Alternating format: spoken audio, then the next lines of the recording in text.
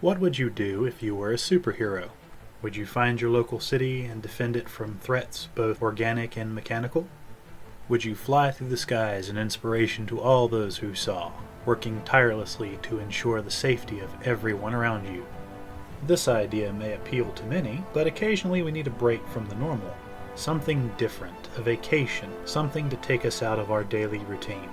But what if you couldn't leave? What if you had no option? And what if the city you were trying to protect was doing everything it could to keep you from ever leaving? Welcome back, everybody. It's a brand new year and time for some brand new reviews. And we're going to start off nice, light, and easy with Why Not Wichita, a fun little semi-superhero novella. I mention the fact that it's a novella because this review is not going to be very long. Mostly, I don't want to give away too much about the story because it is worth your time to read. But we'll start by introducing our main character, Miriam Bahas. Miriam is not the first name that I would think of when I thought of superhero names, but as you read the book, the name does start to grow on you. Miriam is an IPAN. What exactly is an IPAN? IPANs are a strange mix of soldier, superhero, and peacekeeper. Not a lot of time is spent explaining whether IPANs are actually superhuman because this story proceeds at a breakneck pace. But for the sake of some of the stuff that Miriam goes through, I'm going to assume that she is at least slightly superhuman, because I'm pretty sure I would be down for the count if I went through some of the beatings that she endures. But Miriam is freshly graduated into the world and is a newly minted IPAN, which are known throughout, I'm assuming, the galaxy, as basically a peacekeeping force, those who would fight robots, monsters, and things that would generally cause havoc and mayhem within a city. Miriam decides to go on a post-graduation junket around her home planet of Earth, eventually ending up in the Midwestern metropolis known as Metro City, where she seems to be stuck. Not physically, mind you, more in the problems keep cropping up and she just can't seem to leave sense. It seems every couple of weeks another new threat keeps cropping up to the city, and the city is all too happy to let her handle things, much to Miriam's chagrin. After listing the numerous freaks, weirdos, and oddities she's had to battle over the past 2 years to the mayor, she suggests it's now time for her to have some time off. Now here's where we need to explain a little bit about who Miriam is. She is enthusiastic, sarcastic, but above all other things, she is entirely confident that she can always meet any challenge that arises. Did I mention she's sarcastic? She is extremely sarcastic. I cannot emphasize exactly how sarcastic she is. Even when she's taking things seriously and approaching a deadly threat, she is amazingly flippant about things, which is nice. I've mentioned several times how I love a story where it's dark and a little bit gritty and terrible things can often happen. But it can be fun to read a story where the main character takes deadly threats with about as much seriousness as one would take a puppy with peanut butter stuck to the roof of its mouth. And this very well could be due to the everyday nature of the violence she experiences. And hearing her complain, you would think this was happening nearly every day. Well, at least every other week.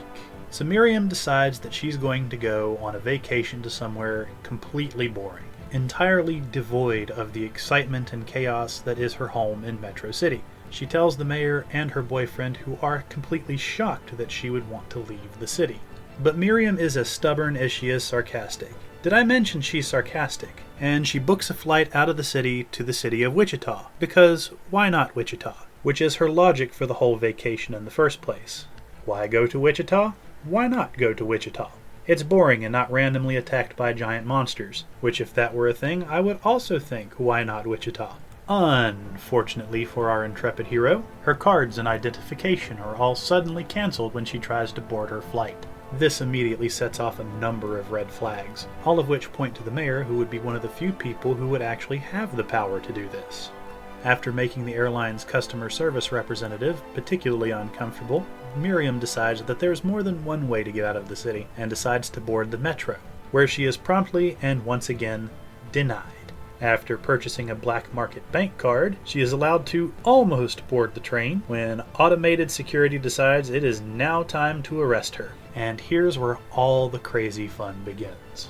This is also unfortunately where I'm going to stop the recap.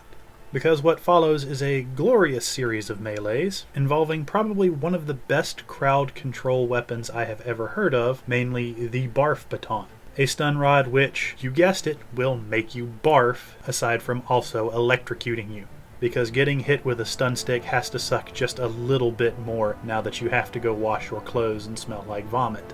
So what are my thoughts on this novella? Well, it's certainly fun, I'll give it that. Miriam is entirely unfazed by the craziness of the world around her, and in a lot of ways I empathize with her. She just wants a week of vacation away from all the craziness in the city, which the city seems entirely unwilling to give her. Anyone who's had a job that gave you almost no time off can probably empathize with this. That being said, I do have one or two niggles.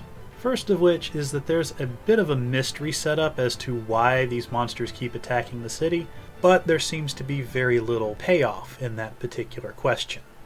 It seems to be setting up for a series where we explore this more in depth, and I do hope that comes up because I would like to know. Also, Miriam is a bit of an unreliable narrator at the best of times. More than once I had to reread a few sections just because I wasn't entirely sure what she was talking about. But none of these is a deal breaker.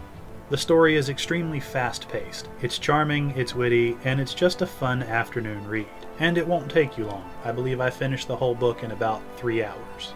So if you're looking for something to keep you entertained for the evening, you certainly wouldn't regret the fun little story of Why Not Wichita. And with that, I will leave you to your reading. Thank you for taking the time to listen to my review. If you enjoyed it, you can find others on my YouTube, BitChute, and Odyssey channels. If you are an independent author and would like a chance at having a review, I have master lists on Minds, Gab, and Twitter pinned at the top of my feed. Please leave your book name, the way you would like readers to contact you, and a place where you can be reached and your work can be found. Thank you.